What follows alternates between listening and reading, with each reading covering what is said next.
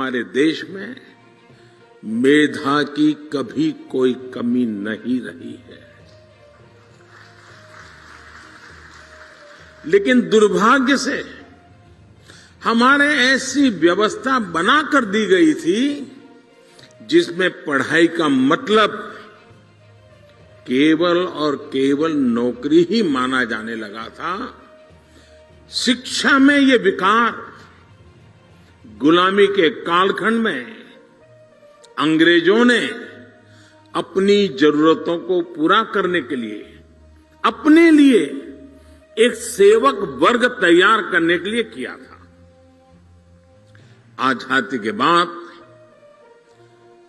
इसमें थोड़ा बहुत बदलाव हुआ भी, लेकिन बहुत सारा बदलाव रह गया।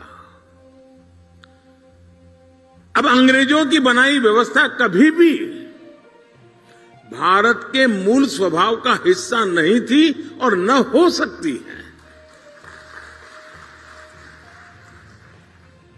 अगर हम हमारे देश के पुराने कालखंड की तरफ नजर करें, हमारे यहां शिक्षा में अलग अलग कलाओं की धारणा थी और बनारस तो, मेरी काशी तो इसका जीवंत उदाहरण है। बनारस ज्ञान का केंद्र केवल इसलिए नहीं था क्योंकि यहां अच्छे गुरुकुल और शिक्षण संस्थान थे। बनारस ज्ञान का केंद्र इसलिए था क्योंकि यहां ज्ञान और शिक्षा बहुआयामी मल्टी सेक्टरल थी। शिक्षा में यही विविधता हमारी शिक्षा व्यवस्था का भी प्रेरणा स्रोत होनी चाहिए। हम केवल डिग्री धारक युवा तैयार न करें, बल्कि देश को आगे बढ़ने के लिए जितने भी मानव संसाधनों की जरूरत हो, हमारी शिक्षा व्यवस्था वो देश को उपलब्ध कराए, देश को दे। इस संकल्प का नेतृत्व हमारे शिक्षकों और शिक्षण संस्थानों को करना है। हमारे शिक्षक जितनी तेजी से इस भावना को आत्मसात करेंगे, छात्र छात्राओं को, देश के युवाओं को उतना ही ज्यादा, देश के आने वाले भविष्य को भी उतना ही ज्यादा लाभ होगा। साथियों, नए भारत के निर्माण के लिए नई व्यवस्थाओं का निर्माण, आधुनिक व्यवस्थाओं का समावेश उतना ही जरूरी है।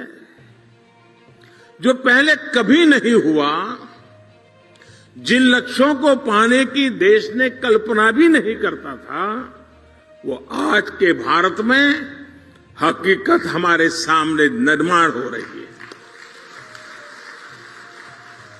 अब आप देखिए, कोरोना की इतनी बड़ी महामारी से हम न केवल इतनी तेजी से उभरे, बल्कि आज भारत दुनिया की सबसे तेजी से बढ़ रही बड़ी अर्थव्यवस्थाओं में एक है।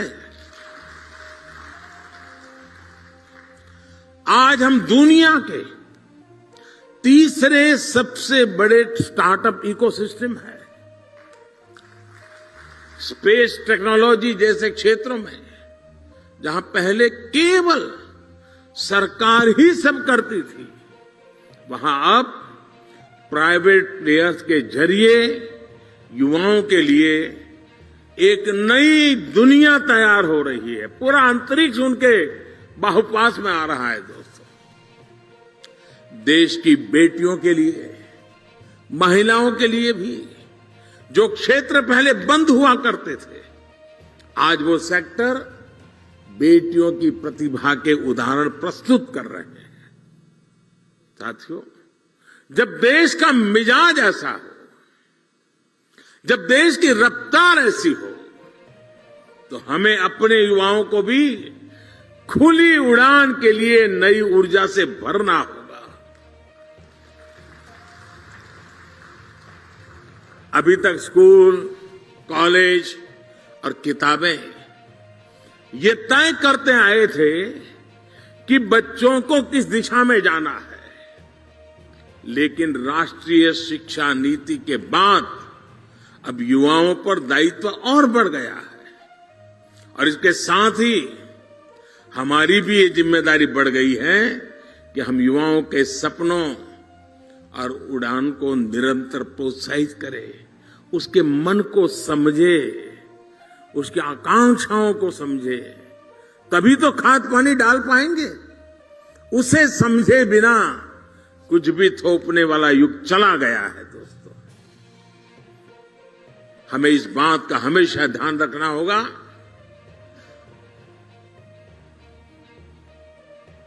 हमें वैसा ही शिक्षण, वैसी ही संस्थानों की व्यवस्थाएं, वैसा ही ह्यूमन रिसोर्स डेवलपमेंट का हमारा मिजाज अपने आप को सज्ज करना ही होगा। नई नीति में पूरा फोकस बच्चों की प्रतिभा और चॉइस के हिसाब से उन्हें स्किल्ड बनाने पर है। हमारे युवा स्किल्ड हो, कॉन्फिडेंट हो, प्रैक्टिकल हो, कैलकुलेटिव हो। शिक्षा नीति इसके लिए जमीन तैयार कर रही है। नई राष्ट्रीय शिक्षा नीति के लिए देश के एजुकेशन सेक्टर में एक बड़े इंफ्रास्ट्रक्चर ओवरहॉल पर भी काम हुआ है।